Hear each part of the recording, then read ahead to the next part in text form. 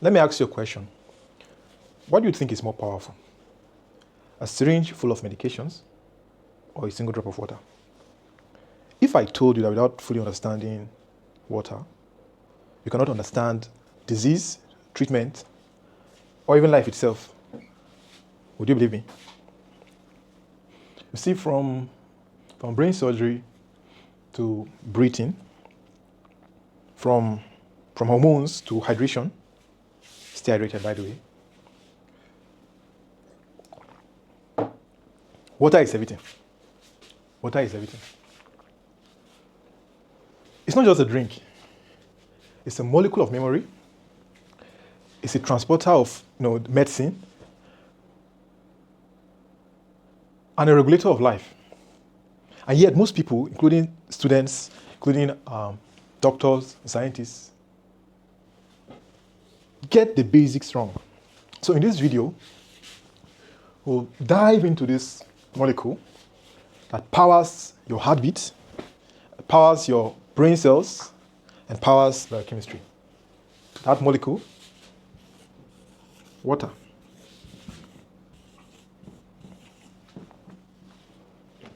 Water.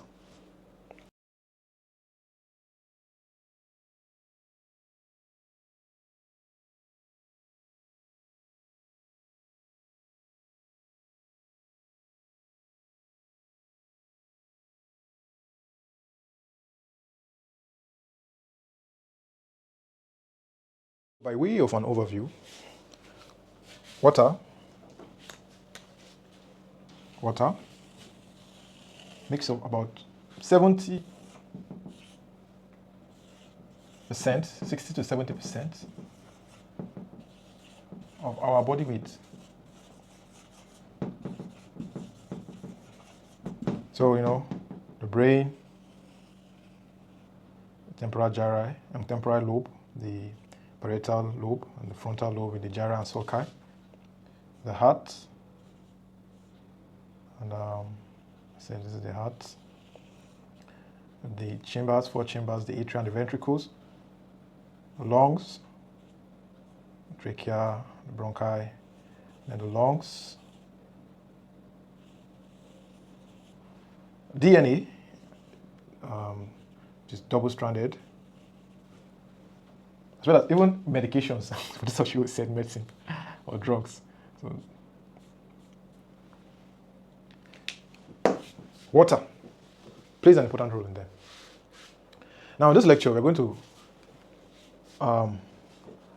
move from the basics to the complex science of how water keeps the cell alive, how water transports oxygen and nutrients, and how water maintains pH and temperature, how water helps drugs work, and we also look at how water balances acids and bases.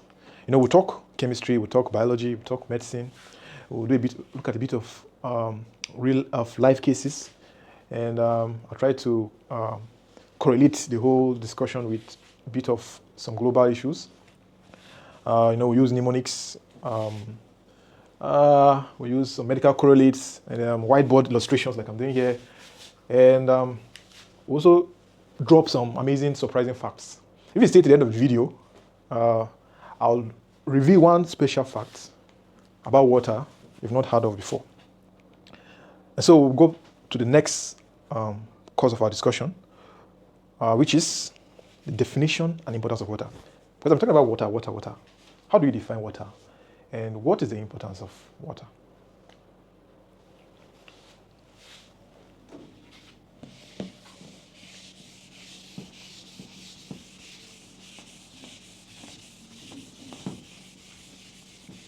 So say this is an oxygen atom. Let's represent it with an O. Then we have a hydrogen atom here with an H. Another hydrogen atom with an H, and an angle of 104.5 degrees. Water is a polar inorganic compound with the chemical formula H2O. The hydrogen atom, covalently bonded to the oxygen atom, gives an angle of 104.5 degrees. And that's what makes the shape of water magical. Now, this water is vital for cellular structure, it's vital for metabolic reactions, it's vital for heat regulation, it's also vital for the transport of solutes, including drugs and nutrients and hormones. So essentially, by the way, water is essential. Water, let's use a green marker, essential for life. Water is essential for health. And water is essential for homeostasis. Water. Highly essential. Highly essential. Now, here's an amazing fact about water. No living organism has ever been discovered that doesn't need water. Not one. Not one. All of them. We all need water. We all need water. Now, even the extremophiles, that is organisms that live in, hot acidic volcanoes and the deep sea vents, they all require water. They all require water. Now, a mnemonic to remember water, or the uses of water rather, is test. And we talked about transport. We talked about heat regulation and intra or extracellular fluid maintenance, reactant in hydrolysis, and it's also the solvent of life. So toxin elimination stands for the T, and that's the test. So in a human body,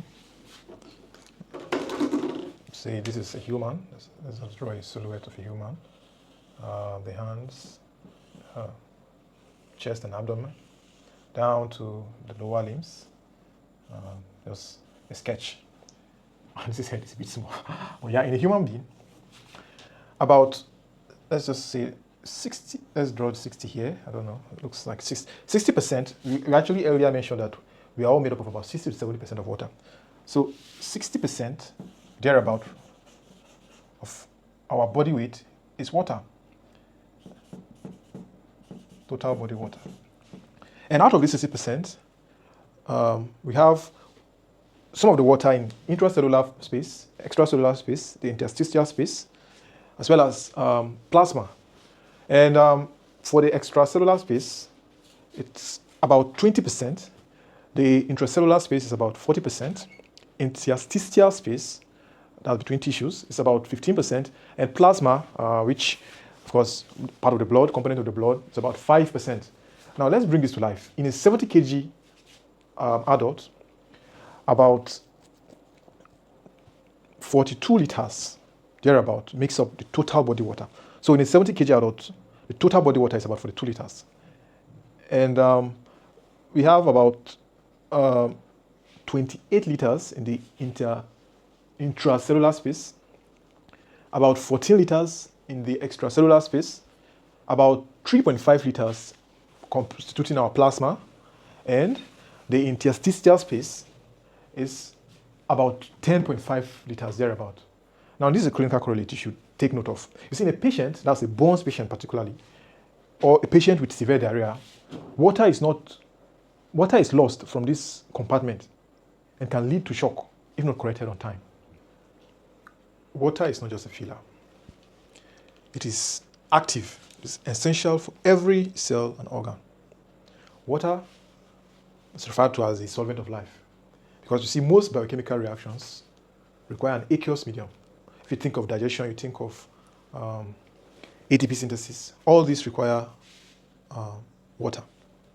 Water is involved in transport. You see the blood, the lymph, urine. They are mostly made up of water. In fact, water is important, in the transport of nutrients, transport of waste, transport of drugs. Now, looking at temperature regulation, the specific heat capacity, which is the high heat capacity of water, prevents our body from overheating. You see, the high heat of vaporization is the basis for sweating. Lubrication and cushioning. Cerebrospinal fluid, pleural fluid, and synovial fluid, they are all involved in lubrication and cushioning. And so you see the cerebrospinal fluid, for instance, cushioning the brain, the spinal cord, and likewise in the joint we have the synovial fluid, which is a function and a role of water. Now, of course, in addition to this, water has many other functions and roles, including being a metabolic reactant, involved in hydrolysis, that is the breakdown of micromolecules like proteins to amino acids. And water also serves as structural support. It maintains cell turgor, and it maintains the volume and pressure in organs like the eyes, the bladder, and the vessels. And it's important to know this for the sake of exams, for instance. You may be asked to explain how water helps to regulate our body temperature. And the answer there is because of the high specific heat of water and the evaporative cooling that occurs via sweat. So next, I'd like us to look at the next point by considering the other things that water does and what makes it so peculiar. Let's draw a shield, for instance. Let's see, a shield should do. And this is a shield. Don't mind my shield. I'm not a very good fine artist. And then we have a sword. So this is a sword. And this will lead to the next subheading of this water discussion that we'll be looking at. Now, the shield stands for the structure of water, and the sword is the properties. So, we'll be looking at the structure and the properties of water, as well as the chemistry. And we'll try to understand what makes water a unique compound compared to other molecules. Like, why does it defy the laws of physics?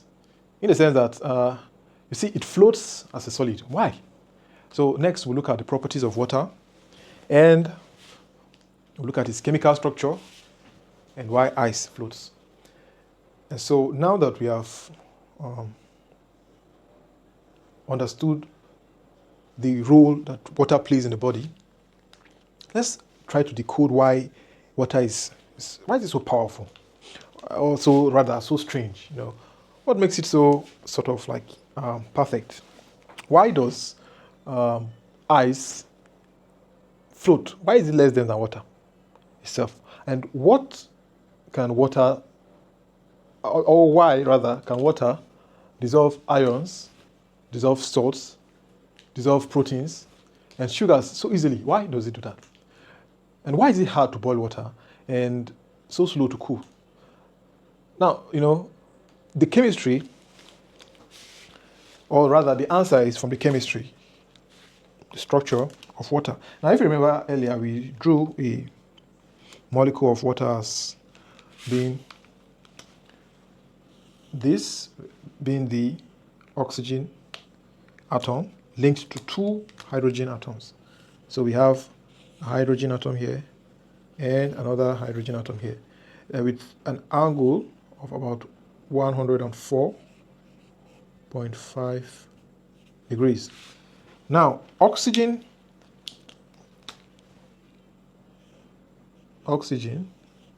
has a higher electronegative activity than the hydrogen atom.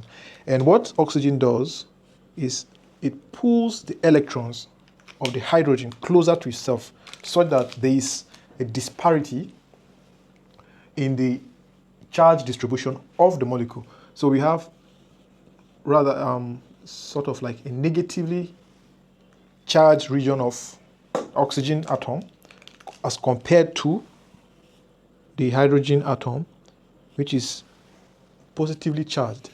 sort of. And so this disparity gives rise to a polarity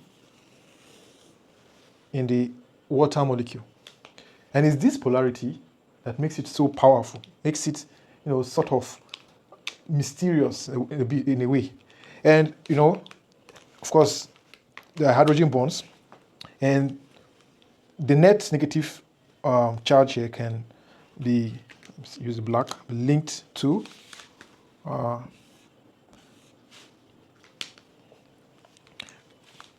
another, probably say H. This has like this has a sort of like positive charge, positively charged, and can have, I want to use a similar marker, something like this,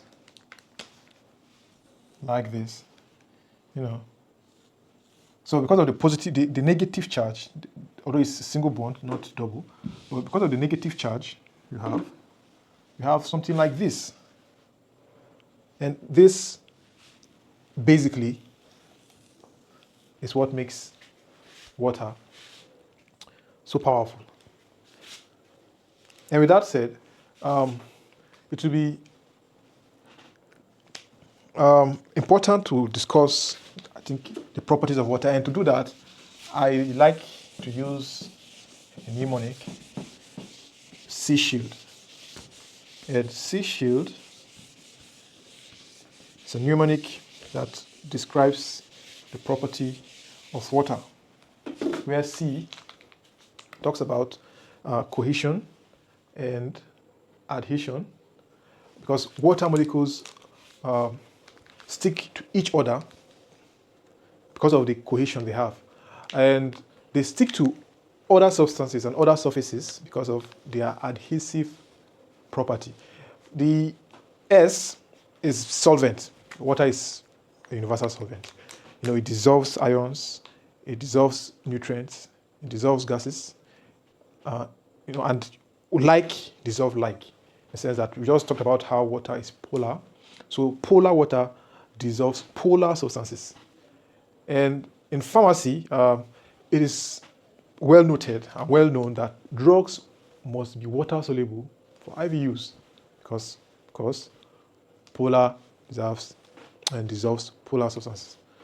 Now, another property of water is seen in the mnemonic, which is the H. And the H there simply stands for the high specific heat, which takes a lot of energy, which makes it takes a lot of energy rather to raise water's temperature. And this is because of the hydrogen bonds. The hydrogen bonds absorb heat. Now, the use of this is it prevents the rapid temperature fluctuations that could have occurred in the body if we didn't have water.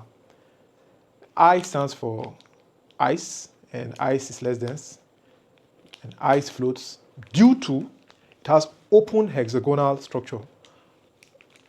Then the biological relevance of this is lakes don't freeze like solid completely, and that actually helps to protect and preserve aquatic life, because as ice is formed and it is less dense than water, it eventually floats so that the topmost surface or the topmost region of water bodies cool and freeze first before the lower part, and so the aquatic life is preserved. In addition to this, the E stands for evaporative cooling. So water has evaporative cooling properties because when sweat evaporates, it leads to the cooling of the body. And this has clinical relevance in fever management as well as burns fluid loss. Now, the L stands for lubricants. Remember earlier that I mentioned lubrication as one of the physiological roles of water. And in joint fluid, in pleural fluid, that's joint fluid being synovial fluid, in pleural fluid, and in pericardial fluid, as well as the cerebrospinal fluid I mentioned, we mentioned water being important And the application of this is a joint that is dry would have symptoms of arthritis. Now, the D stands for dissociation of ions. Water dissociates into hydrogen and hydroxide ions. And this is important in acid-base balance as well as enzyme activation. You see, water has the highest surface tension among liquids, except mercury. And the capillary activity, or the capillary action of water, is major in nasal drainage and tear drainage, and nasal humidification. So look at the structure and the chemical nature in depth. I drew it earlier, but I'll still draw it again. And the physical properties of water. So the physical properties of water is such that water has a boiling point of 100 degrees Celsius. And this is significant because it helps to resist evaporation. The freezing point of water is 0 degrees Celsius and ice floats. The density of water is approximately 1 gram per centimeter square, and the specific heat is about 4.1 joules or thereabout per gram per degree Celsius. Now the heat, the specific heat is the reason for the stability of water. So water has heat stability. The surface tension of water is high, and that helps with the capillary action of water. Also, the dielectric constant of water is high, and that is relevant in ion dissociation. People often think water is chemically boring, but it's not. It's one of the most complex and influential molecules in biology. You know, for individuals that are tech savvy, supercooled water tech is actually being explored in nanomedicine and cryopreservation. And you see, ice formation dynamics is being studied currently for artificial blood and organ preservation. The World Health Organization considers safe water access as a fundamental human right.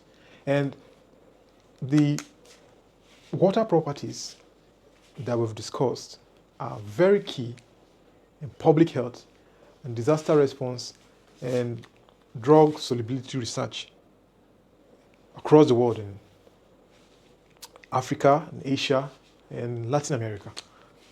We've seen the properties of water, chemical and physical. And we've seen how the structure gives it power. But here's the twist. You see, water doesn't just carry acids and bases, it's part of them. And what's really happening when something is acidic or basic? What's pH? Why does the body fight hard to keep it constant? And how does water self-ionize and contribute to pH? And this is what we'll be looking at in the next section of this discourse. And to do that, I want you to consider this image. Sort of like a seesaw. So you have the water molecule here. Yes, this should do, seesaw. And a stick man or stick woman, whoever. Here, one, of course, and another. And these stick people or stick persons are the base and the acid. So we have the acid on the one side and the base on the other side. And so we'll be looking at acid and bases and pH and try to understand why the body tries to maintain a relatively stable acidic or basic level. Let's look at it that way. Our cells perform in a narrow pH range. too acidic, enzymes fail. Too basic, the cell membrane collapse. So water isn't just a bystander, it is a reactant. It is a medium, and sometimes it acts as a referee. And so let's uncover how acids, bases, pH, and buffers interact with water to maintain this fragile, delicate balance in our body. And so from the diagram, we have the acids on the left of the diagram and bases on the right. And I think let me add another diagram underneath this, representing the scale, which we will call the pH scale. The pH scale. So let's say this is 7, and this is 14 on the scale, and this tends towards 0 and 1.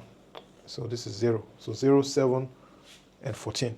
So as you move towards the left, there's a reduction in the number, and it moves towards 0. Whereas moving towards the right of our scale, we go to 14, the pH scale. The pH scale. It's important to understand the pH scale so that we can apply that understanding into bases and acids and why they also behave the way they do.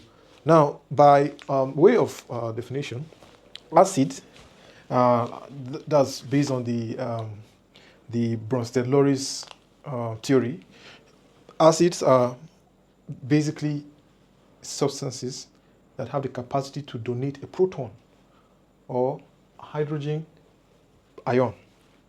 So acids are proton donors, and bases, as you can see on our seesaw, contrasting side, so we have this to the right and we have the bases to the left. So bases are the opposite sort of acids. And if acids are proton or hydrogen ion donors, bases are proton acceptors or proton receivers. You can also define bases as a hydroxide ion donor. Now, what are the buffers? There's another term, we call them buffers. So what are buffers? There's another term, buffers. Now, buffers are simply substances that resist pH changes. They resist pH change. They do their activities, try to sort of minimize the amount of change that occurs in the pH of a solution or a substance. Now, we would also be looking at the pH itself, because I've been mentioning pH. pH is, you probably know this anyway, but pH, which I've written under, we have the scale for it under, is the negative logarithm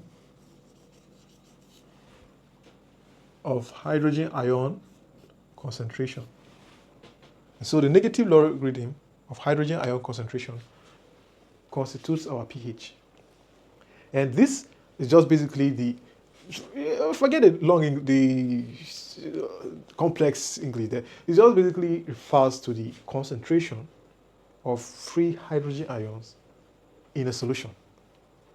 And so acids become bases after losing their hydrogen ions. For instance, that's acid. You see acid, they become bases after losing their atom. That's the acid become bases. The acids here become bases after losing their hydrogen ion. For instance, the carbonic acid, which is represented by, or has this formula. Let me erase this board so I can use, I think, the topmost floor here, the topmost side of the board here, to describe the formula. So this is the formula for carbonic acid. H2 CO2, carbonic acid. Now, carbonic acid, which is an acid apparently, donates its hydrogen ions to become a base, or the conjugate base, as you call it, but still a base. And that is represented by HCO2, because there's a donation of the hydrogen ions, there's a negative charge. Of course, to balance the equation, you need to add the hydrogen ion that was donated, but let's use the red let's just use the blue to connect. So we have this. And so this would help in understanding how bases and acids and buffers work.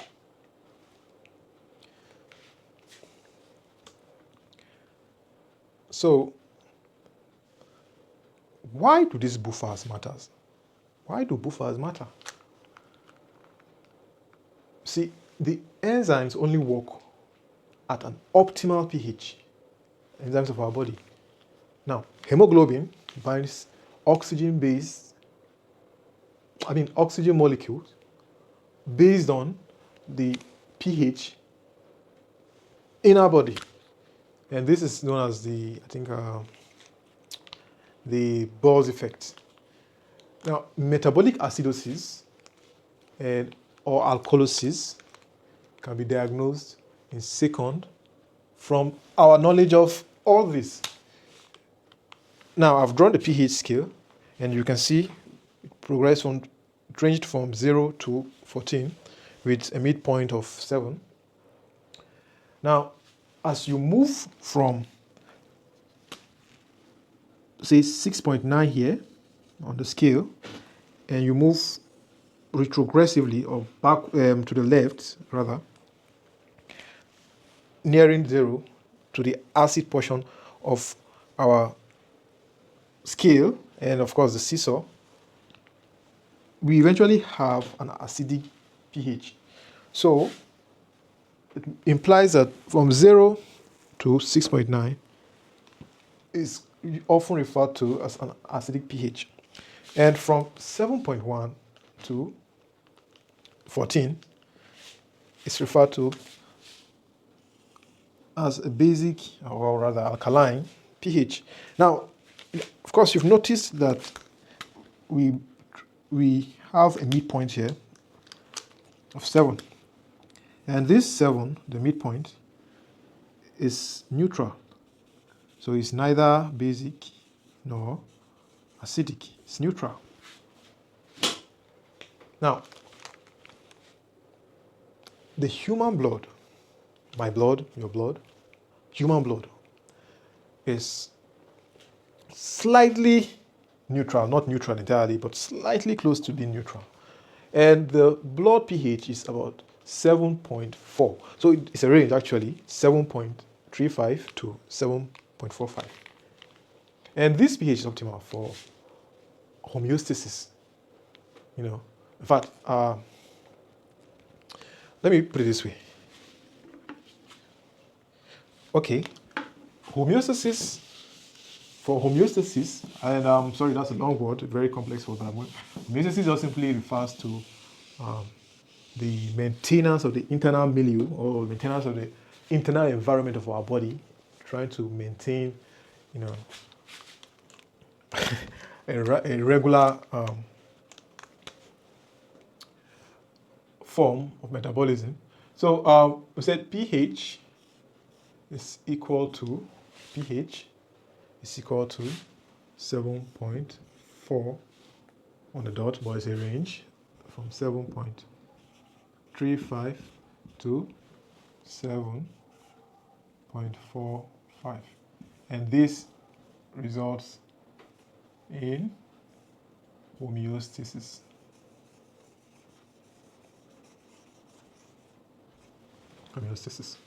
Because we need our pH to be within this range.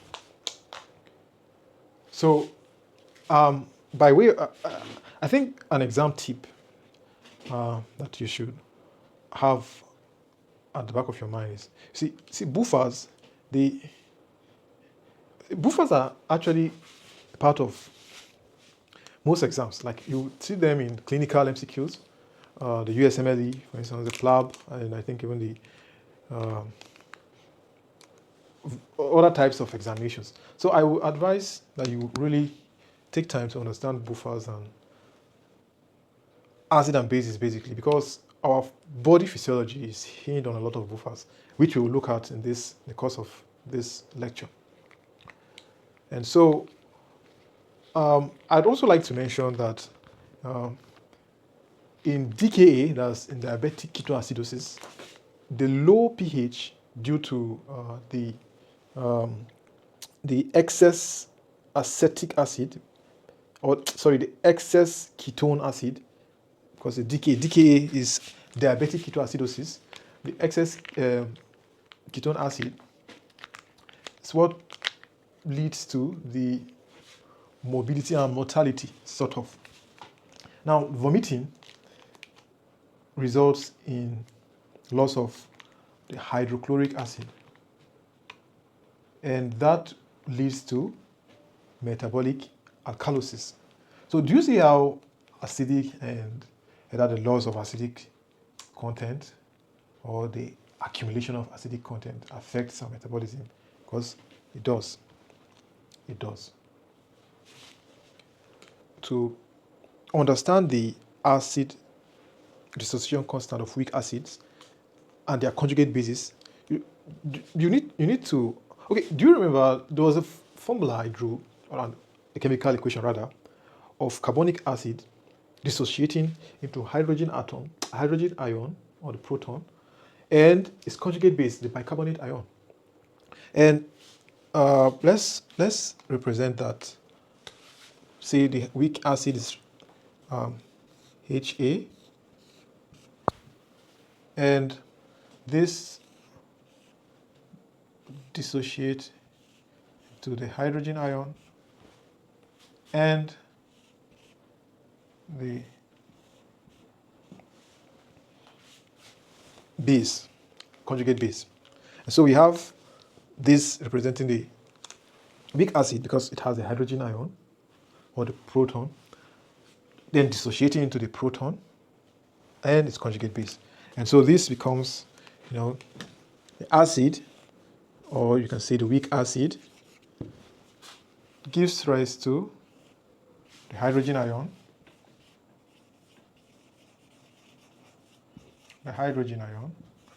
or the proton, and its conjugate base.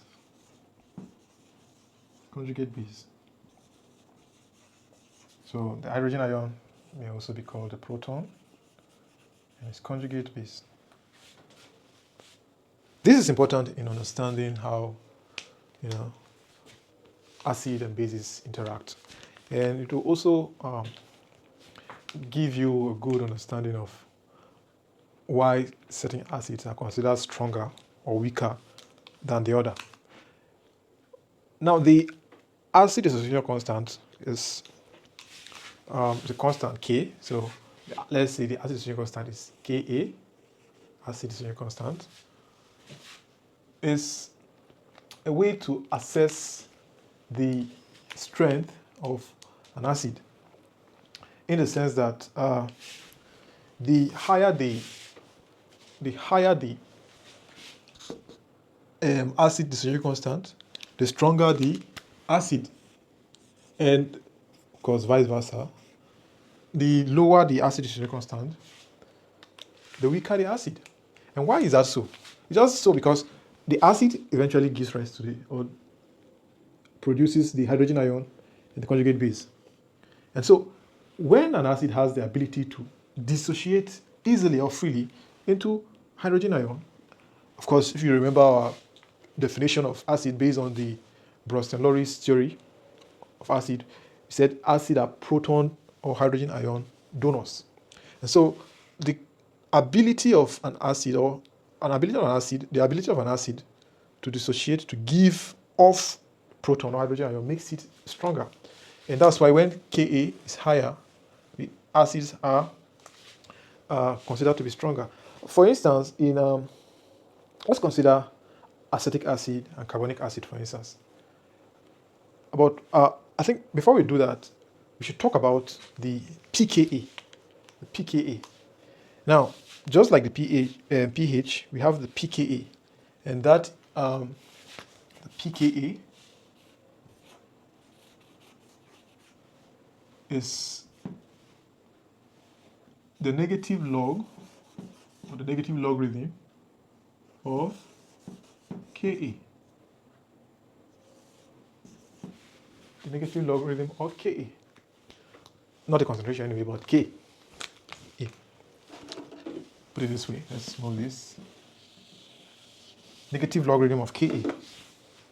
And that's pKa. Now, this pKa, the lower the pKa is, the stronger the acid is. Remember we said the lower the Ka is, the weaker the acid is. However, this is like the opposite. So the lower the pKa is, the stronger the acid is. For example, go back to my example, we mentioned acetic acid and carbonic acid. Now, acetic acid has a pKa of about 4.76. 4.76. Whereas carbonic acid has a pKa value of about 6.1. Looking at these two, this being for, say, carbonic C, and the other being for acetic A, which do you think is the weaker and which is the stronger? Of course, the one with the lower pKa is the stronger acid, in contrast to the Ka, where the Ka, the one with the lower Ka, is the weaker acid. And so acetic acid with a pKa of 4.76 is stronger than carbonic acid. Then, a way to remember this is Ka is king. Ka is king. K, king. Why pKa is the queen of buffers. Ka is king.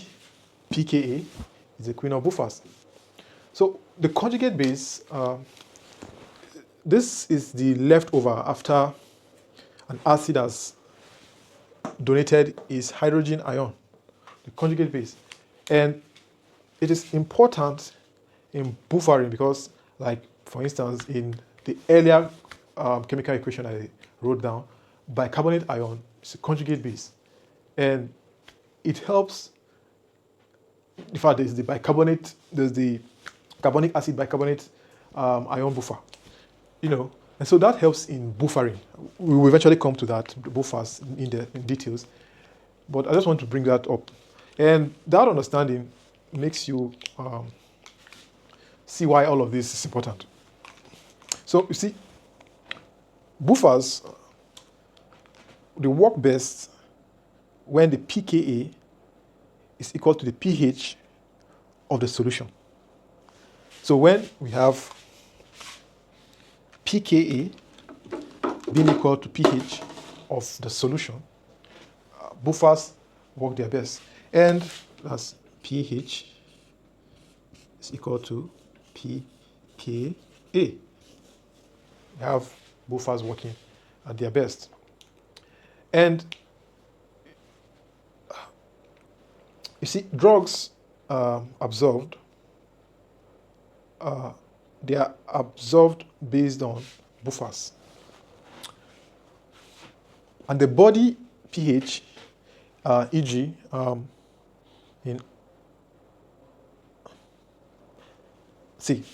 in aspirin, for instance, the drug aspirin is best absorbed in the stomach. And this is because of the buffers, as well as the pKa. So drugs are absorbed based on the pKa and the body pH. Drugs are absorbed based on the pKa and the body's pH. And that's why aspirin is more absorbed in the stomach. And the buffering capacity is maximum when the pH, like we said, is equal to the pKa. So this leads to the next subheading of our discussion. To understand the acid-base balance, you need to know that there are two skills, or rather two systems, the respiratory and the metabolic. So the lungs is involved in the respiratory, whereas the kidneys, the metabolic. And the lungs control carbon dioxide, which is the acid component, and the kidney controls bicarbonate ion, which is the base component. So we have that the respiratory room, respiratory is opposite, and the metabolic is equal. And what does that mean?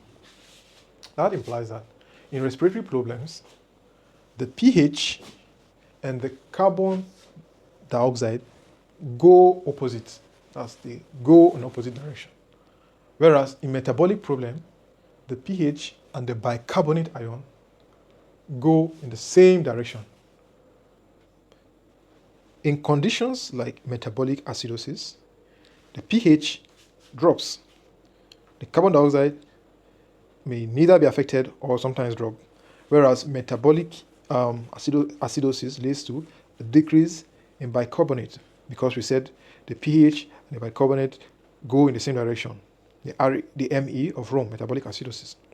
In metabolic alkalosis, which happens to be the opposite of metabolic acidosis, the pH increases, the carbon dioxide may not be affected, but the bicarbonate actually also increases. And in respiratory acidosis, the pH decreases, whereas the carbon dioxide increases. And the respiratory alkalosis is such that the pH increases because it tends towards 14, and the carbon dioxide decreases. It has clinical relevance. So that in respiratory acidosis, for instance, like a patient with chronic obstructive pulmonary disease, COPD, the patient would have carbon dioxide retention, respiratory opposite. As this respiratory acidosis, there's a reduction in pKa and pH, this reduction in pH, carbon dioxide goes in the opposite direction. And so there's an increase in carbon dioxide. So because of the retention, so this carbon dioxide retention. Whereas in metabolic alkalosis, there will be vomiting. Now in respiratory alkalosis, the patient may have hyperventilation. And of course, the opposite, there's an increase in pH, there's a reduction in the carbon dioxide. And in metabolic acidosis, like I mentioned, the diabetic ketoacidosis, for instance, or in renal failure, there'll be equal changes. And so, the arterial blood gas interpretation is becoming a core to OSCE examinations and case scenarios. And so, what to do when presented with those kind of situations or scenarios is to first look at the pH. You look at the pH, then the carbon dioxide and the bicarbonate ions, and then you match to Rome. And we said in respiratory acidosis, the opposite. In metabolic acidosis, they are equal. You see, the acid-base imbalance is major concern. It's a major concern in ICU and pediatric sepsis worldwide. The World Health Organization protocols emphasize the correction of fluids with proper acid-base buffering. And for like I said, tech-savvy people, smart wearable pH sensors are under research. And AI-aided arterial blood gases interpretation, or analyzers for early sensor detection, I think are areas to delve into if you're interested in tech. So let's get technical. You see, we've seen how acid and base balance is vital. But what exactly is pH? What does it measure? And why is it logarithmic? Next, we'll discuss the mass and the meaning behind the pH scale and why it is 10 times more powerful than you think. So,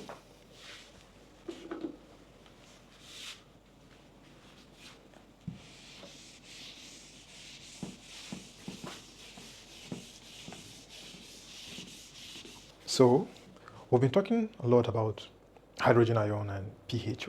You're probably wondering, why are we even obsessed about hydrogen ion so much? Like hydrogen ion, pH, and all of that.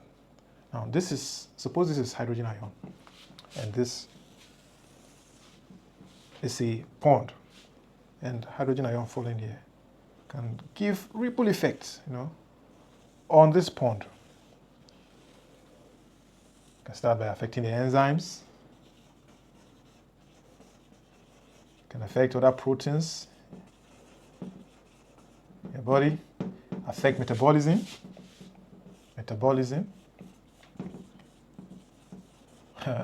and in fatal circumstances and situations can lead to death. Hydrogen ion.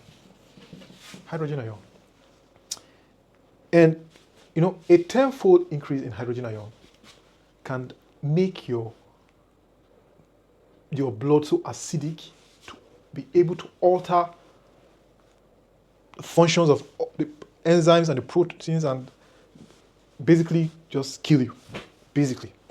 So you see, to understand the hydrogen ion, you also need to understand the pH.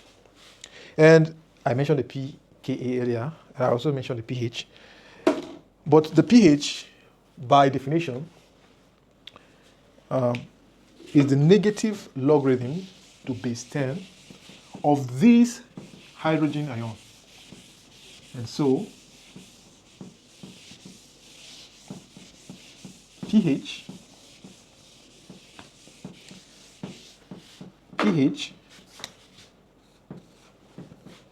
is the negative logarithm to base 10 of hydrogen ion concentration.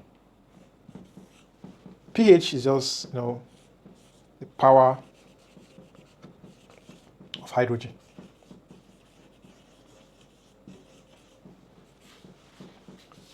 See? And high hydrogen ion connotes low pH, and that makes a solution acidic. Then a low hydrogen ion has a high pH, and the solution is basic. For example, in a solution with a hydrogen ion that is about, say, hydrogen ion about 1 by 10 to the power of minus 7 molarity or moles. This solution, the pH, which is the negative logarithm to base 10 of this, the concentration of the hydrogen ion, that is, becomes, if you impute that in a calculator, you get 7. And whereas for another solution, sort of, that has a hydrogen ion of 1 by 10 minus 4 m, the pH becomes 4. Now, you see, pH, that's potent hydrogen. The higher the pH, the stronger the hydrogen punch.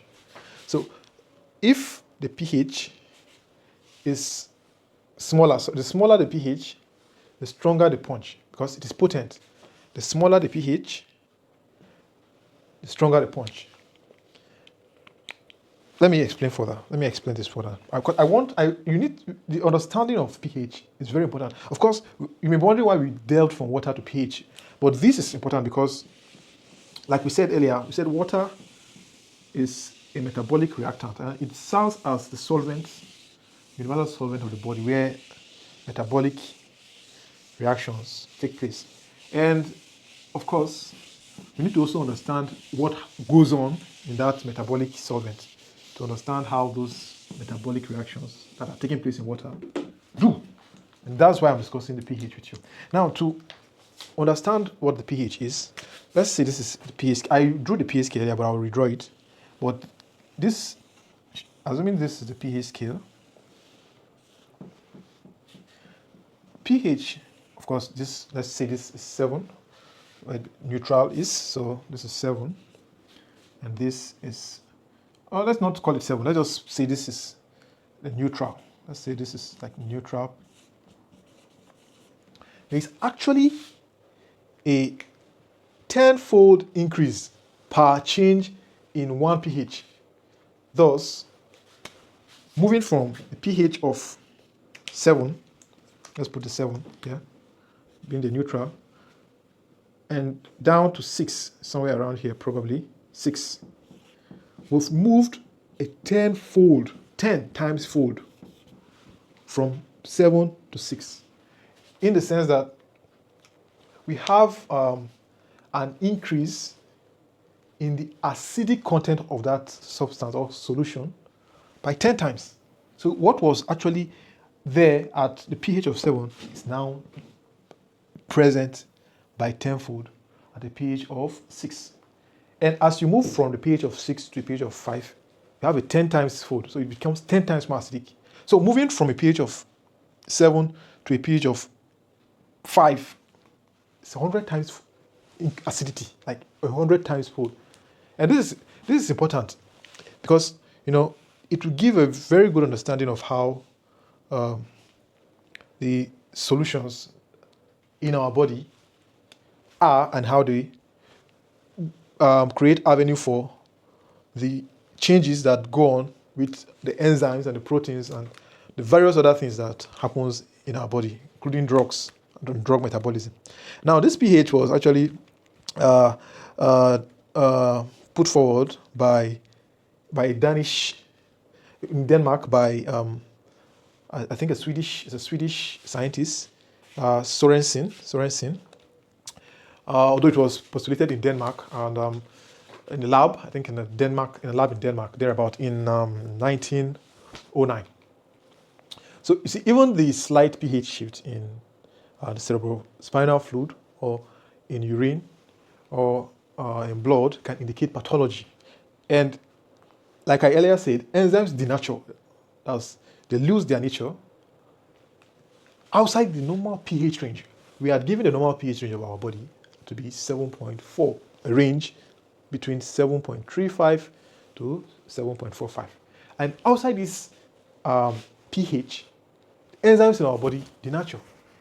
And of course, if the enzymes are not available, of course, you can expect the processes that those enzymes facilitate. What happens to those processes? Short. So it's important to know. Now, these blood gases and the urinary pH testing,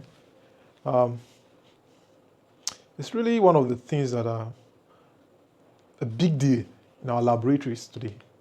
So we don't joke with it. Because, see, the pH of drug solutions affect, the shell life as well as drug. It affects the drug's shell and the drug's potency. And so the pH is very, very important. Very important.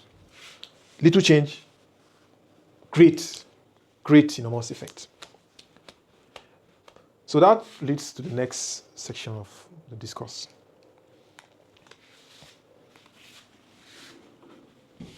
For the pH scale, which was discussed earlier,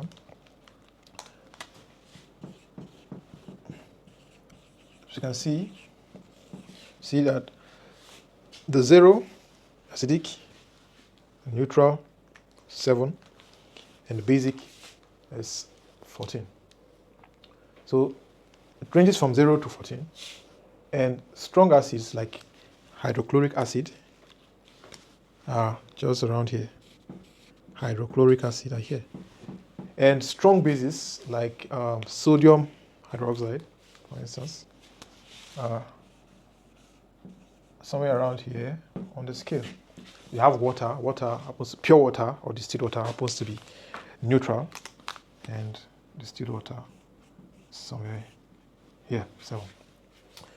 And you see, the chemical relevance of the pH is, like I said earlier, the pH of our blood is a range between 7.35 to 7.45.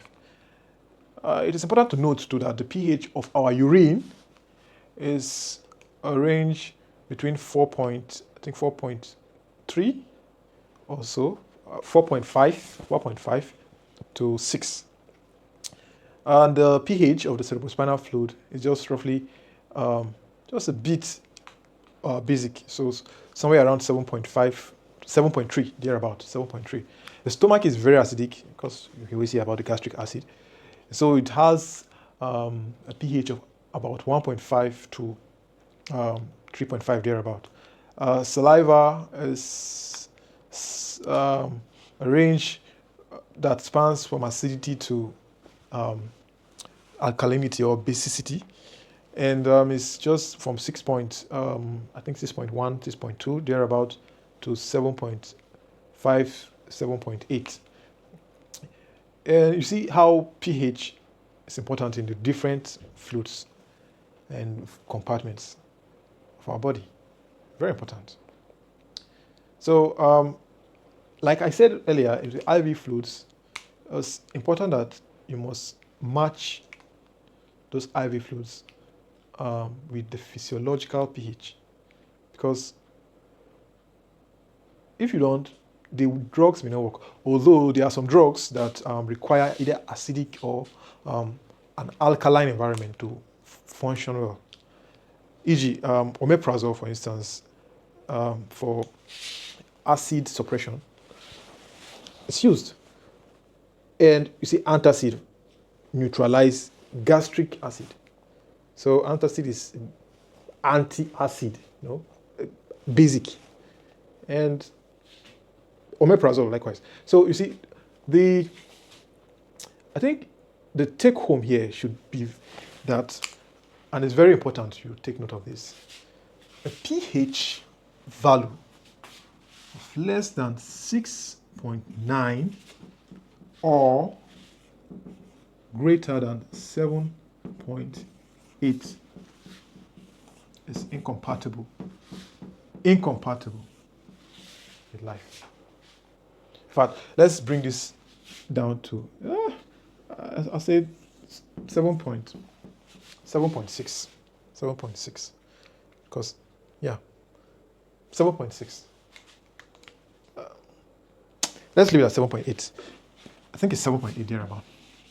But a pH of 6.9 to 7.8 is incompatible with life.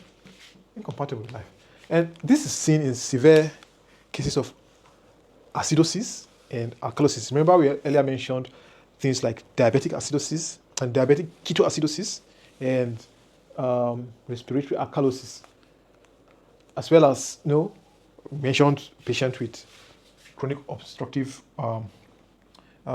pulmonary disease. So you see the alkalinity, the state of acidosis or alkalosis, some of the major reasons why most of those people die. And it's not something to toy with. It's very important to understand, because excuse me.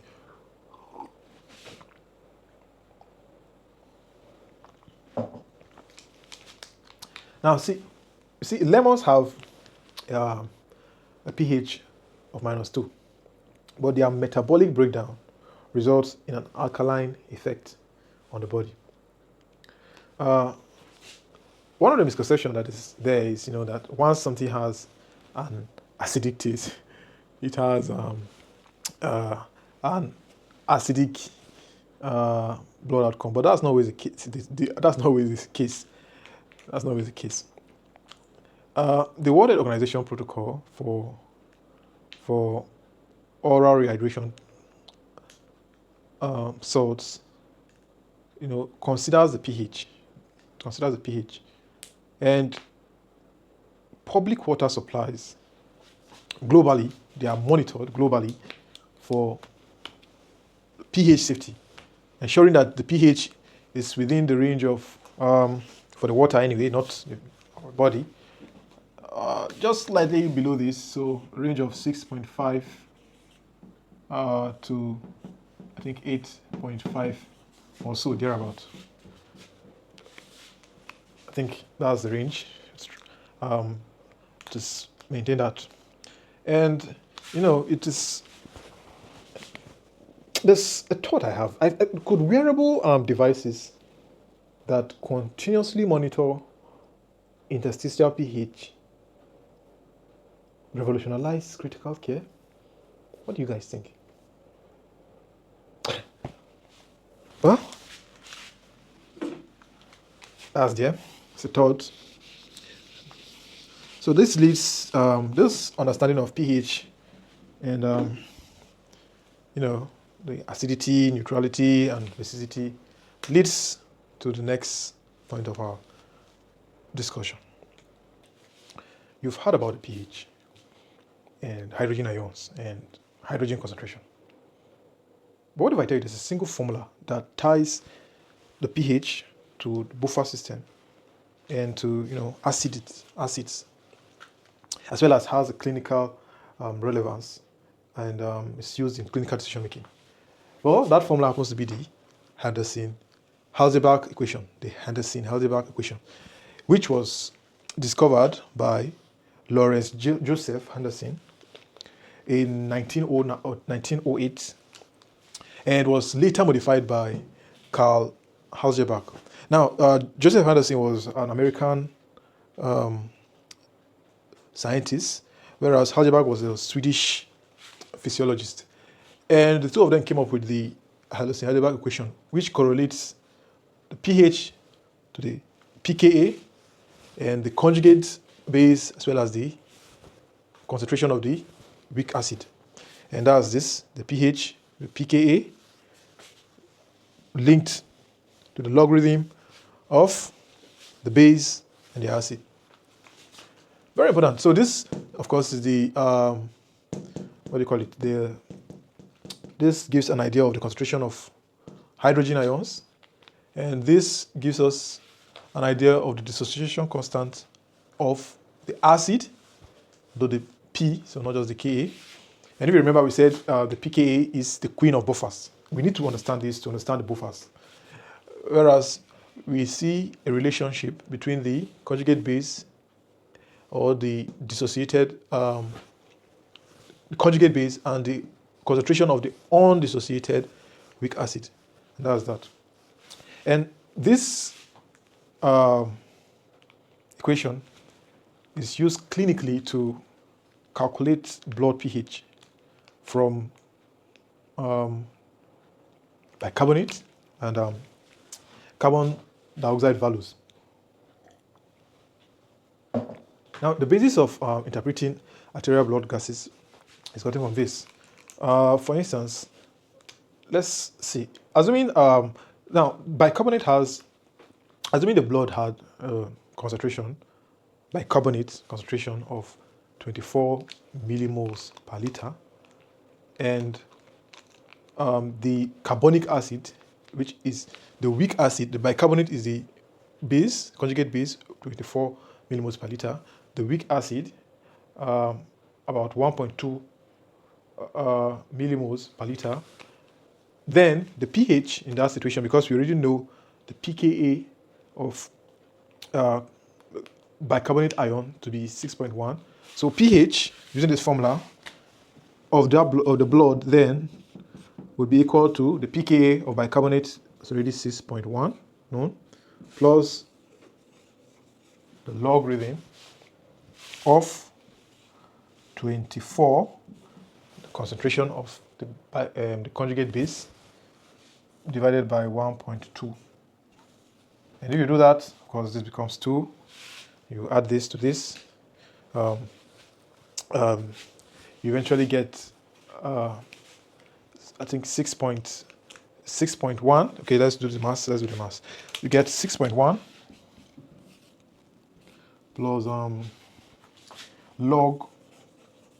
This becomes log 2. Log 2. I mean log 20. Sorry, because there's a point here. Log 20. This 24.2. So log 20. And that log 20 is, you can check with the calculator. I think that would be equal to 6.1 plus, you check the figure thereabouts. But if you add the figure gotten from log 20, you will realize that it will eventually, these values are actually values I got from a normal blood range. And so this will tie just around the pH, physiological pH of approximately, you can check with the calculator, 7.4, thereabout, within this range, 7.4. And so you see how from the concentration of the conjugate base bicarbonates and the weak acid, carbonic acid, we're able to get the pH of the blood, and this is why the Henderson-Hasselbach equation is relevant. It's very relevant and important. And you see, of course, pKa, it loves logs. It loves log a lot. And the log tells us the buffer state. Why is this formula powerful, actually? Why is this formula powerful? It tells us how effective a buffer is at a given pH. Now, when the bicarbonate ion, the conjugate base is equal to the weak acid, the logarithm becomes, because this will be divided by this, becomes log 1. And log 1 eventually changes the whole of this to 0. Let's do it. So assuming they were the same, of course this will go, becomes this, and this go becomes 1. So log 1 all becomes 0. And thus, in that situation, the pH is equal to the pKa plus 0. See? pH being equal to pKa has the optimal buffering. And if pH is more than 1 unit away from pKa, the buffer is ineffective. When this is more than a unit away from the pKa, the buffer is ineffective.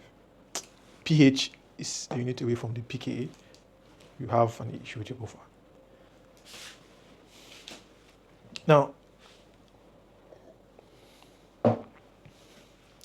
for the sake of exam or practice, please never forget this. This formula is very important. pH is equal to pKa plus log base, logarithm to the base 10 of the base, weak conjugate base over the weak acid. And this eventually leads. Let's see a clinical scenario where a 65-year-old COPD patient, chronic obstructive pulmonary disease patient, has pH of 7.32 on a bicarbonate of, say, 30 with a CO2 of 60. Now, use the Henderson-Hasselbach equation to determine if this is compensated respiratory acidosis. Well, spoiler, it is. It is. See this elevated carbon dioxide and that will lead to acidosis. And it's elevated bicarbonate, and that will lead to renal compensation. Now, the next generation smart arterial blood gas machines use real-time Henderson-Hasselbach computations. And the AI alerts are also used to detect early acidosis in sepsis. They are also used to detect early acidosis in trauma and in ICU settings. Misinterpretation of the arterial blood gas can result in malpractice litigations. So, especially during anesthesia or like critical care management. And so it's good to actually know this equation. It's very good to know this equation. And in diabetic ketoacidosis, the rapid arterial blood gas monitoring using the Henderson-Hasselbach equation, it helps guide bicarbonate therapy and fluid correction. And for emerging dehydration kits, they also depend on this buffered saline solutions and the Henderson-Hasselbach equation for because it underpins the science behind it. So they depend on the equation for it. Now we've done the maths, we've talked all the in-depth elite stuff and details on the pH and hydrogen ions, acid and bases, we mentioned buffers. But let's meet the body's guardian, because the body has pH guardians, 4 of them that are very important, and that's what we'll be looking at next. A buffer is a solution that minimizes changes in the body when acids or bases are added. Those are buffers.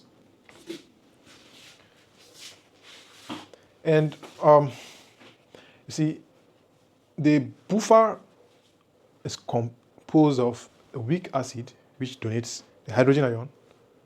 And when pH drops, the weak acid eventually donates the hydrogen ion.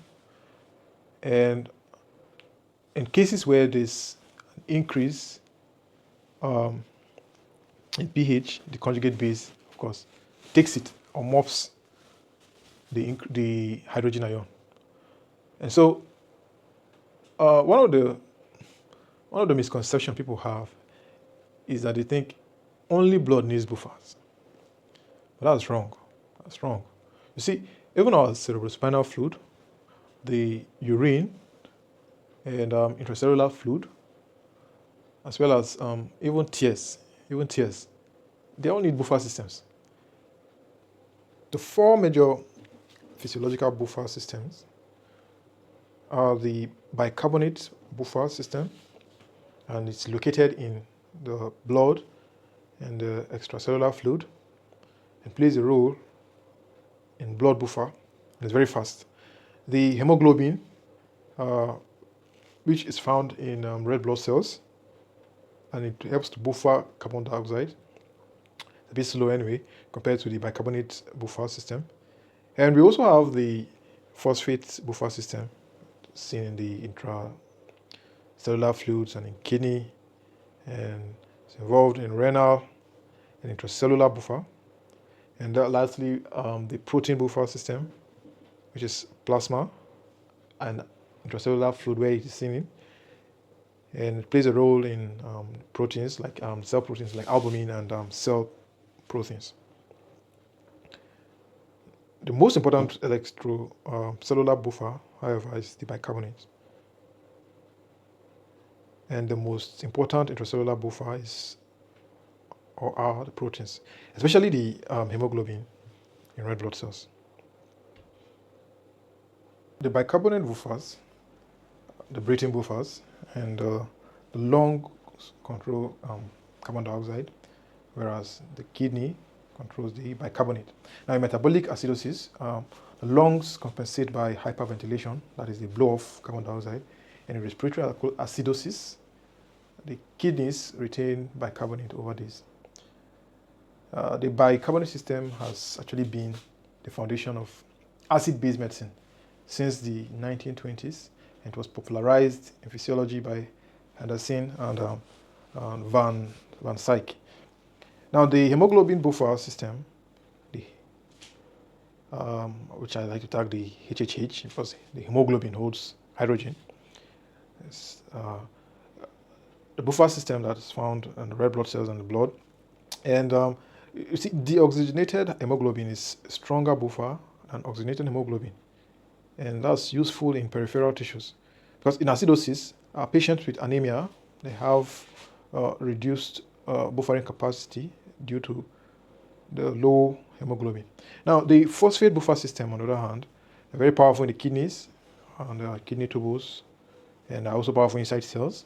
And, pKa, which is roughly 6.7 or so, makes them effectively near the physiological pH. Okay, 6.8 thereabout, and they are close to the physiological pH. And kidney failure actually affects phosphate handling, and that leads to disruption of the buffering, which may also lead to acidosis. Urinary pH maintenance largely relies on this system. So some IV fluids like the K-phos, they act as phosphate buffers. And the last buffer system is the protein buffer system. And proteins, especially albumin and intracellular proteins, have what we call the amphoteric properties, meaning they can accept or donate protons. Albumin is primary protein buffer in plasma, and thus hypoalbuminemia will lead to reduced buffering, and that also leads to a high risk in patients. Now, even the histidine residue in hemoglobin acts as micro buffers within red cells. So we talked about the four buffers, but beware, because don't forget that you see buffers don't eliminate acid or bases.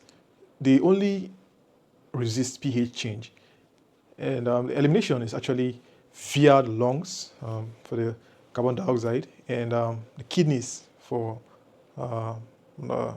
hydrogen ions and ammonia or ammonium ions. So with this said, I'd like us to take note of something very important. Now, we've delved deep really into water, looked at the acid and bases, hydrogen ions, pH, we've looked at buffers. However, it is very important that we also take note of, say, this. Now, assuming this is a person that's losing water from the bladder, and he has losing water from the bladder, sweating profusely, and happens to also be vomiting at the same time. Sorry, I'm not a very good, like I said, I'm not a very good artist, but vomiting, probably projectile vomit. He's losing fluids at a fast rate. What happens when you sweat, you vomit, you urinate, or you even you cry? What actually happens? Now, we all lose fluid, and so we'll try to decode. Let's try to decode how the fluid mechanics of the human body works and what controls them. And I think that's what we'll see next. and the next subheading. To understand water balance and control mechanism, let's see it as a scale. Say this is a scale, and we have this on one side. We have the scale here, and on the other side another scale. Now, one of this should be the input and the output. So we have the input would have things like, meals, drinks, metabolism, basically anything that would put and increase water in your system. Then the output could have, like we showed in that earlier diagram, here you could have, say, sweat, urine, or urination, saliva, you lose through your saliva, even breath. So as I'm talking, I'm breathing, I'm losing water, a form of water vapor. So breath. So that's breath.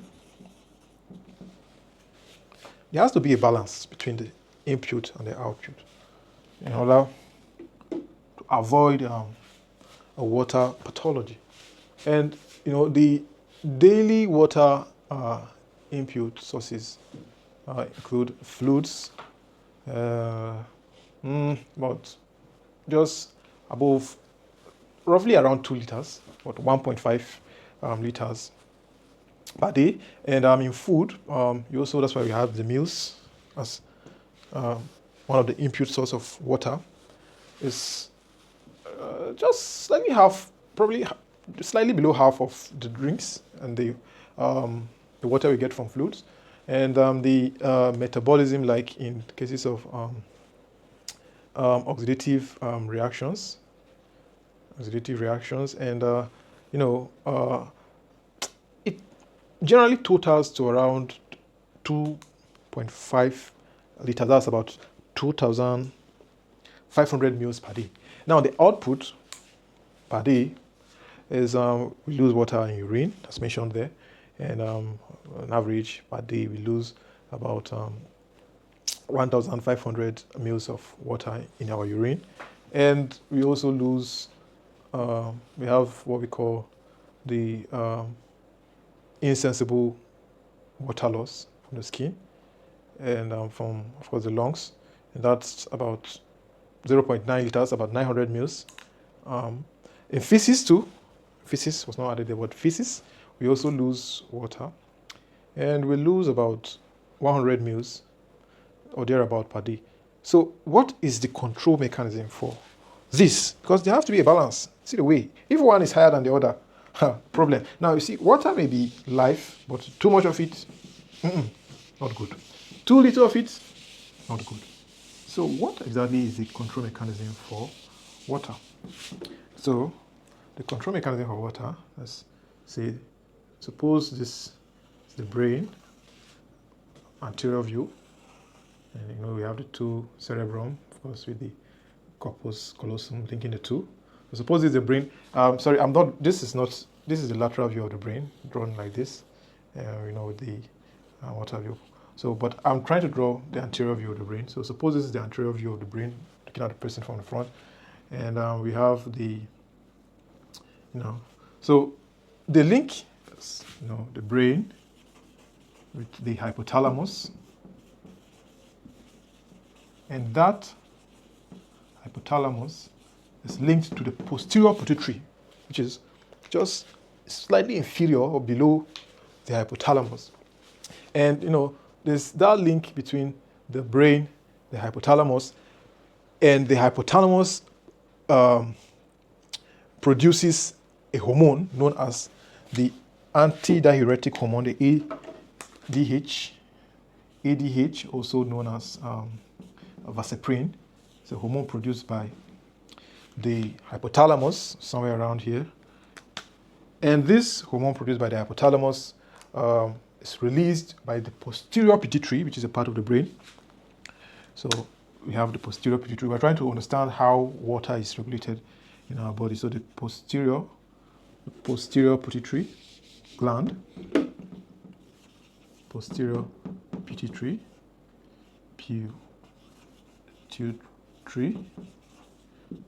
posterior pituitary, the posterior pituitary gland, and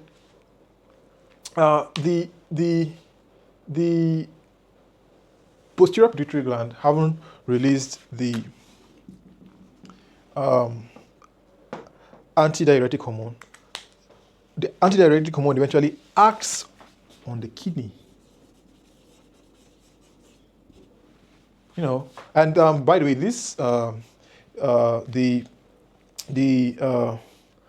this hypothalamus, of course, I don't go too deep into the neuroanatomy, but the hormone is released by the supraoptic and the paraventricular nuclei in the hypothalamus. And so basically the hormone acts on the kidneys, and the kidneys eventually does the work of trying to regulate the amount of water we lose or the amount of water that is retained. Antidiuretic actually means against diuretic, against diuresis. Diuresis referring to loss of fluid, usually through micturition.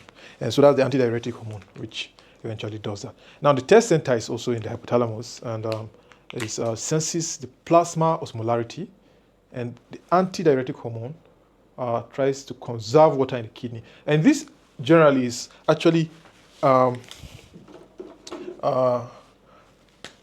does the work of trying to conserve water. In addition to that, we have the renin angiotensin and the RAAS, the RAS, the renin angiotensin aldosterone system, which is another system that tries to, is the renin being a hormone, angiotensin is also a hormone that is actually gotten from the conversion of angiotensinogen, which is a plasma hormone, and the aldosterone 2 hormone. And this hormonal system, the neurohormonal system, eventually is what helps in regulating the amount of water we have in our body. And like I said the test center is in the hypothalamus, and we have the osmoregulators there, or the osmoreceptors rather there. We have the renin-angiotensin aldosterone system. And also in addition to this, the nitriuretic peptides also play a very key role in water regulation and control. There's something known as the syndrome of inappropriate antidiuretic hormone, and that's where there's too much antidiuretic hormone in the blood, and that leads to excessive water loss. There's a lack. It's a syndrome of inappropriate antidiuretic hormone, and so the lack of the antidiuretic hormone leads to excessive water loss, and that is important in understanding. It's a pathology that occurs anyway in water regulation. The excessive loss of water eventually it leads to hyponatremia. So that's one of the clinical correlates to one of the things to note in water regulation. Also, diabetes insipidus is a clinical condition where there's in syndrome of inappropriate antidiuretic hormone. There's excess antidiuretic hormone. So the too much will lead to water retention actually, and that leads to hyponatremia because of the amount of sodium is diluted as a result of the excessive retention or the increased retention of water. Whereas, on the contrast, in the diabetes insipidus, there is a lack of antidiuretic hormone. And that eventually is what leads to the excessive water loss that eventually results in dehydration. Now, here's a cultural fact just came to mind. You see, in Africa, many countries in Africa, water is considered a sacred commodity. Water is sacred in Africa, African cultures. And so in some communities, water is poured on the ground as a blessing before ceremonies. But in medicine, too, water is sacred because you balance it wrong, if you balance it well, it becomes a blessing. You balance it wrong, it becomes a curse. So it's a blessing and a curse. It is important to know that dehydration can also occur.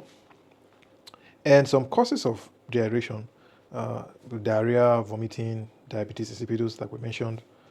And the signs would be dry mouth, or the person could be tachycardic, or could have low blood pressure and sunken eyes. Some of the types of dehydration may be isotonic, or the types of dehydration are isotonic, or hypertonic, or hypotonic. They could also be the opposite, which is the overhydration, and the causes, like was said earlier, would include the syndrome of inappropriate antidiuretic hormone, and you could also have overhydration in congestive heart disease, or the cardiac heart disease. You could have it in the renal failure. You could have it when there's fluid overload, and some of the signs, swelling or edema, with patients showing some neurological deformities like maybe confusion, could have weight gain, and low sodium. And you see, in sub-Saharan Africa, cholera-induced dehydration is still a major killer. Often in less than 5 years. And the World Health Organization oral rehydration salts, the ORS, has saved millions of lives, and it saves millions of lives annually. And if someone has a prolonged diarrhea or vomiting, just give the person clean water and salt and sugar in the correct ratio. There's a correct ratio. We call it appropriate technology. It's an improvised way. And the ratio is 1 liter of water to 4 teaspoons of sugars, and half teaspoon of salt. It's life-saving. It's life-saving. It's life-saving. So some of the laboratory investigations that can be done, as well as diagnostic techniques in water regulation, include serum sodium, it may be hyper or hyponatremia. There could be serum osmolarity, where water balance and ADH activity is seen. And you could do a urine osmolarity, or urine sodium, creatinine, or the blood urea nitrogen can also be done to assess kidney function. And also you can check the weight changes of the patient. And that will actually be as a result of, like indirect fluid status assessment and what have you. So you can check for sodium, you can check for osmolality, you can check for the specific gravity, you can check for creatinine or urine output, you can check the blood urea nitrogen. And you see, smart devices actually, they now exist to track hydration via skin sensors. Actually, smart devices like that. And I think future outpatients care may include home hydration monitors, integrated with telemedicine platforms. overhydration, by the way, with IV fluid is a common litigation issue in elderly patients. And make sure to always calculate fluids and the needs of the patient accurately. Water-related illnesses cost Africa a lot, actually. And it's estimated that it costs Africa about $5 billion annually in healthcare and lost productivity. So I think for the benefit of as many as are interested, let's just talk about some of the areas of research and the advances that have been made with respect to this water and what we've been talking about so far. There are a lot of interesting things ongoing in water research, a lot. And some people are working on molecular and nano insights, like some are actually working on the ultra-structured behavior of water in tight biological spaces, like in synaptic cleft and ion channels and the DNA grooves. Like some are actually into nanofluidics, and what that entails is they use water flow through carbon nanotubes, or nanotubes rather, and they use that for drug delivery and biosensor systems. It's amazing. I mean, in 2003, Peter Agri won the Nobel Prize for discovery of aquaporins and water channels in cells. Now, some are actually working on what is known as cryobiology. Some are working on space science. And what is done in cryobiology, is water manipulation to preserve human organs for transplant with ice recrystallization inhibitors. Space agencies are exploring structured water for life support systems on Mars and the Moon. In fact, according to NASA, about 90, I think water recycling, according to NASA actually, I think water recycling systems on the International Space Station actually recover about 93% of wastewater, including sweat and urine. Can you imagine? Well, some people are actually researching on water and disease management. Some are actually trying to they're targeting water-dependent enzymes in cancer, such as carbonic anhydrase 9, and some are targeting that in tumor microenvironments. Some are using deuterium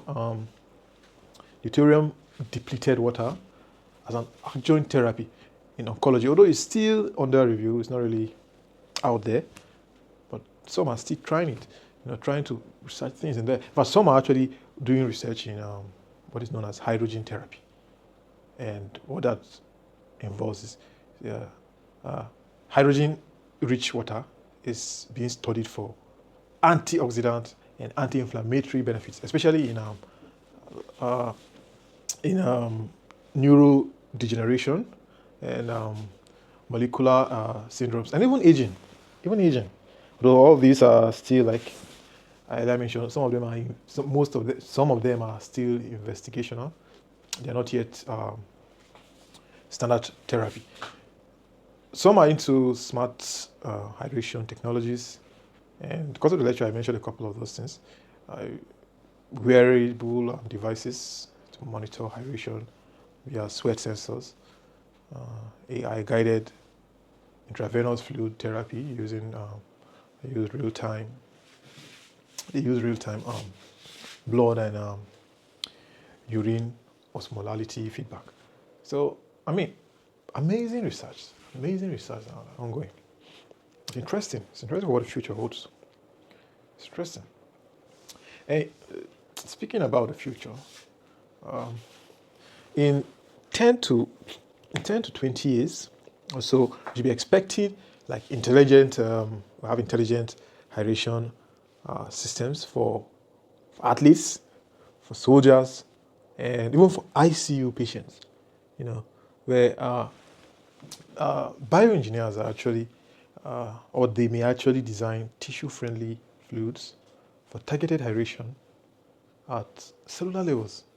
Africa, interestingly, is at the forefront of the solar-powered water purification through the use of hydrophilic nanomaterials. And this is going to serve in addressing both climate change and public health. However, it's good to be cautious and beware of pseudoscience. Like, some products like they say, call it like the alkaline miracle water. Some actually have what they call the structured water for detoxification, structured water for detox, and ionized. They have ionized health water. Most of those things often lack strong scientific backing, and it's wise to always demand peer or like expert reviewed evidence. And I think something that's interesting to think about. And something I mentioned because of my lecture is how might like personalized water therapy evolve for ICU patients, or even AI-driven hydration. AI-driven hydration alerts for diabetics. Amazing. Numerous of things that have been worked on. Well, with that said, let's have a recap of what we've actually been talking about throughout this period on water. And so, in summary,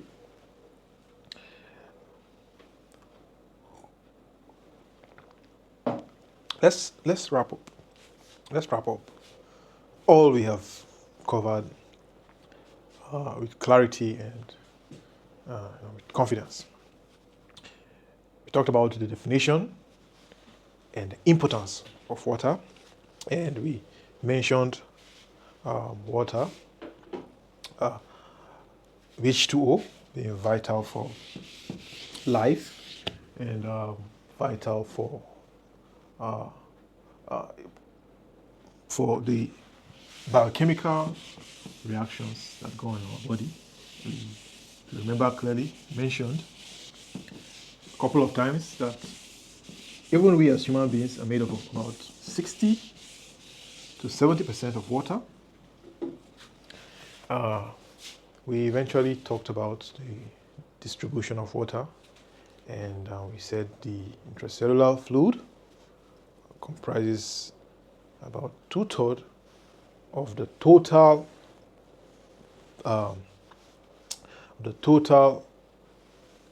body water, and the extracellular fluid is about 1/3, and the extracellular fluid includes the plasma, includes the interstitial fluid, and we mentioned the physiological functions of water, and we talked about water being a solvent. We talked about temperature regulation. We had a pie chart. Transport was involved because water plays a role in the transport media.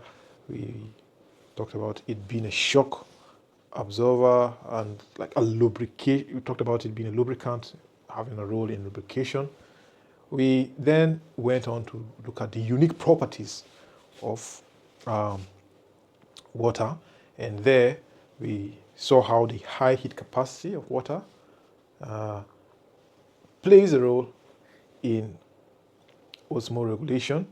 We looked at the cohesion and the adhesion, and we looked at the high surface tension of water, and of course, to repeat, and a very important point, water being a universal solvent, being able to dissolve ions, and polar compounds.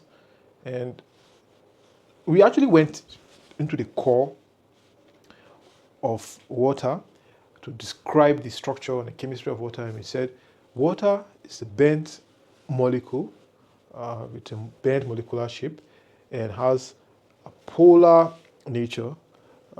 This results in a form of hydrogen bonding. And from there, we went on to talk about bases. We talked about acids and talked about the acids and their reactions. And we looked at pH, looked at the behavior of pH. Then we went on to talk about the acid-base balance and looked at buffers and how buffers try to maintain pH.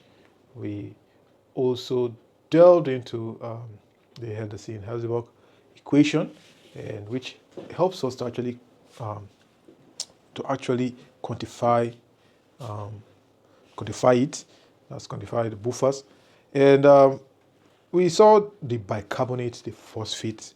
We saw the protein buffers. We looked at the hemoglobin buffers. We also went further to talk about clinical and practical correlates, where we mentioned dehydration, and we talked about the acid-base disorders. We also mentioned things like the laboratory investigations and the diagnostics. We even talked about some IV fluid therapy, and from there we looked at renal function. We mentioned a couple of things on respiratory conditions, and we saw some metabolic syndromes, and tried to finalize it by looking at current research trends and research highlights spanning from the aquaporine, when I mentioned the Mr. Peter Agee, who won the Nobel Prize in 2003 for the discovery of aquaporins, and we went to talk on the nanofluidics, the space hydration systems, and we talked of the smart sensors. We went on to talk about the hydrogen-rich water, and a lot of other things, a lot of other interesting things we went on to talk about. And it also goes to show that, the future is fluid. I mean, future is great, amazing. And with that said, that brings me to the end of this discussion and lecture, if you call it lecture, on water. I'd like to add that water isn't just a fluid. It is a context within which every biological conservation occurs. No water, no function, no life. As Hippocrates said, he said, wherever the art of medicine, or wherever the art of medicine is loved, there is also a love of water. So, if in doubt, follow the water in physiology, in diagnosis, in life. Feel free to rewatch this video whenever you revise for your biochemistry, medicine, nursing, or pharmacy, whatever you're revising for, the exams you're revising for, and share this lecture with your classmates and your friends, your parents, your patients. Everyone needs water education, and if water is life, then amino acids are the builders of life. Yes. Amino acids are the builders of life. And they shape your DNA, they drive your muscles, they carry your hormones, they hold your brain, and they keep everything together. But what if I told you that one single amino acid, or a glitch rather, in one single amino acid could affect or crash an entire organ system? Curious? It should be. And with that said, stay tuned for my next lecture, Medical Biochemistry, on amino acids, the builders of life. The builders of life. Thank you for watching. Like, share, subscribe if you found this video valuable. Stay hydrated, stay curious, and see you in the next video.